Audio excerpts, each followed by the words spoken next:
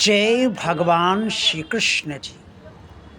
भगवान और आप चैनल के अत्यंत प्रिय श्रद्धालु भक्तों, भगवान और आप चैनल की आपको सलाह है कि जो समय इस समय चल रहा है उस समय में आप कोई शुभ कार्य न करें, क्योंकि अशुभता का समय चल रहा है। अब आप सोचेंगे कि मैं ये क्यों कह रहा हूँ और मैं होता कौन हूँ आपको सलाह देने वाला, और आपसे कहने वाला मैं कौन होता हूँ कि आप कोई शुभ कार्य ना करें, और मैं ये बताने वाला कौन होता हूँ कि अशुभ समय चल रहा है। लेकिन फिर भी भगवान और आप चैनल की आपको सलाह है कि जो समय चल रहा है इस समय, उस समय में आप ना तो मुंडन का कोई कार्यक्रम रखें, ना मुंडन संस्कार करें, ना तिलकोत्सव करें, ना तिलक करें, ना परीक्षा लें, ना मंगनी की रस्म कोई करें, ना विवाह तय करें, ना विवाह करें, और विवाह की कोई रस्म भी अदा ना करें। अगर कोई व्रत आपने रहा है और व्रत आपका फलीभूत हो गया है तो उसका उद्यापन भी इस समय ना करें, और कोई नया व्रत आप आरंभ भी ना करें। पूजा भी आप किस तरीके की करें ये भी आपको अवश्य जान लेना चाहिए। लेकिन इससे बताने से पहले मैं ये ज़रूर बताऊंगा कि ये क्यों मैं कह रहा हूँ, क्योंकि भाई होलाष्टक चल रहे हैं।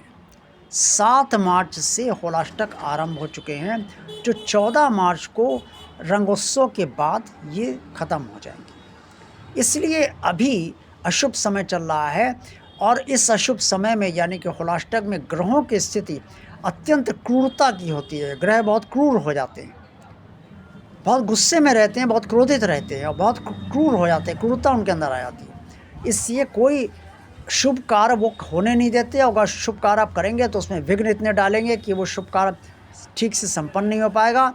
और शुभ कार्य अगर आप तब भी किसी तरीके से कर भी ले गए विघ्नों के बाद भी, तो भी आपको उस कार्य के अच्छे फल नहीं मिलेंगे। इसलिए क्या जल्दी है, होली के बाद जब नवरात्र आ जाएं तब शुभ कार्य शुभारंभ कीजिएगा। अब ये होलाष्टक हैं क्या और क्यों मनाए जाते हैं, क्या कारण है इनके मानने का? ये होलाष्टक होते कौन हैं अशुभता का समय देने वाले, ये भी जानना बहुत जरूरी है। महादेव जी जब ध्यान करते हैं तो गहरा ध्यान करते हैं, और उस ध्यान को भंग करने का दुस्साहस किसी को भी नहीं करना चाहिए।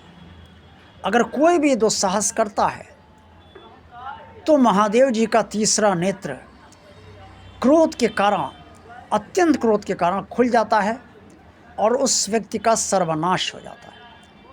चाहे वो देव हो, चाहे वो मनुष्य हो, या चाहे वो कोई भी प्राणी हो। और कामदेव ने ऐसा ही दुस्साहस किया। महादेव जी ध्यान में स्थित थे, कामदेव जी ने उनके ध्यान को भंग करने का पूरा प्रयास किया, उन पर अपने बाण छोड़े, और महादेव जी का ध्यान भंग हो गया। महादेव जी का ध्यान जब भंग हुआ तो भंग होते ही उनके अंदर भीतर इतना क्रोध धधक रहा था कि क्रोध के कारण उनका तीसरा नेत्र खुल गया, और तीसरा नेत्र जैसे ही खुला कामदेव भस्म हो गए। बस यहीं से होलाष्टक का आरंभ हुआ, ऐसा माना जाता है। प्रिय श्रद्धालु भक्तों, कामदेव ने ये कार्य अपने लिए नहीं किया था। उस समय नियति ये थी कि महादेव जी का विवाह पार्वती जी से हो जाए, ताकि उनसे संतान कार्तिकेय उत्पन्न हो, और कार्तिकेय जी को एक राक्षस का वध करना था, ये नियत था। तो ये नियति के कारण ही कामदेव जी को इसके लिए तैयार किया गया, और वह तैयार हुए। हालांकि वो भयभीत थे ध्यान महादेव जी का भंग करने के लिए, लेकिन फिर भी वह तैयार हुए ताकि ये नियति जो है, जो परमात्मा ने रची है, वो पूरी हो सके। लेकिन कामदेव भस्म हो गए। इसलिए ये होलाष्टक तब से चल रहे हैं, ऐसा माना जाता है। होली के 8 दिन पहले होलाष्टक लग जाते हैं, और ये होलाष्टक निरंतर तब तक चला करते हैं जब तक ये रंग नहीं खेले जाता, रंगोत्सव नहीं हो जाता। इसलिए इस अशुभ समय में किसी तरीके का कोई शुभ कार्य नहीं किया जाता है। अब पूजा कैसे की जानी चाहिए, इसमें होलाष्टक में कोई भी मानता वाली पूजा नहीं की जानी चाहिए। आप कोई मानता कर रहे हैं उसकी पूजा नहीं की जानी चाहिए। निष्काम पूजा करें, या रोज़मर्रा की जो आप पूजा करते हैं, रोज़ दिनचर्या में जो आपकी पूजा वो करते रहें, लेकिन कोई भी नया व्रत आप आरंभ न करें। कोई कामना पूर्ण होनी है तो उसके लिए कोई अनुष्ठान न कराएं, और किसी तरीके का कोई व्रत अगर कोई आपको रहने को बताए विवाह के लिए, नौकरी के लिए या अन्य स्थिति के लिए, तो आप उसे भी जो है उसका भी शुभारंभ न करें, क्योंकि अशुभ समय चल रहा है, वो फलीभूत नहीं होगा और उसमें अशुभता साथ बनी रहेगी और विघ्न आते रहेंगे। ये बात आप सब जरूर ध्यान रखें।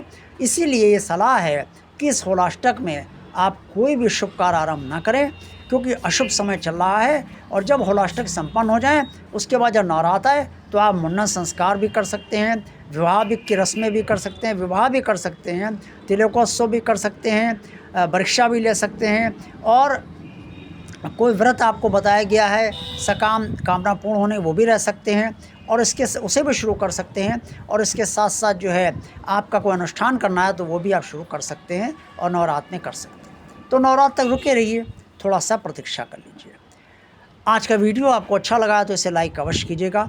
जिन प्रिय श्रद्धालु भक्तों ने अभी तक भगवान और आप चैनल को सब्सक्राइब किसी कारण अवश्य नहीं किया है, वो इसे भगवान का कार्य आगे बढ़ाने के लिए सब्सक्राइब अवश्य करते रहें। इस चैनल को ज़्यादा से ज़्यादा लोगों को शेयर कीजिए, ताकि भगवान का कार्य मानकर, ताकि भगवान का ज़्यादा से ज़्यादा लोगों तक पहुँचे और ये भगवान का आगे बढ़े। कमेंट्स में आप सबको जो कुछ भी कहना अवश्य कहिएगा। भगवान आप चैनल के प्लेलिस्ट आप सब अवश्य देखते रहिए, इसमें कई लॉन्ग और शॉर्ट वीडियोस पड़े हुए हैं, इसका भी आप सब आनंद लीजिए। आप सबका कल्याण हो। जय भगवान श्री कृष्ण जी।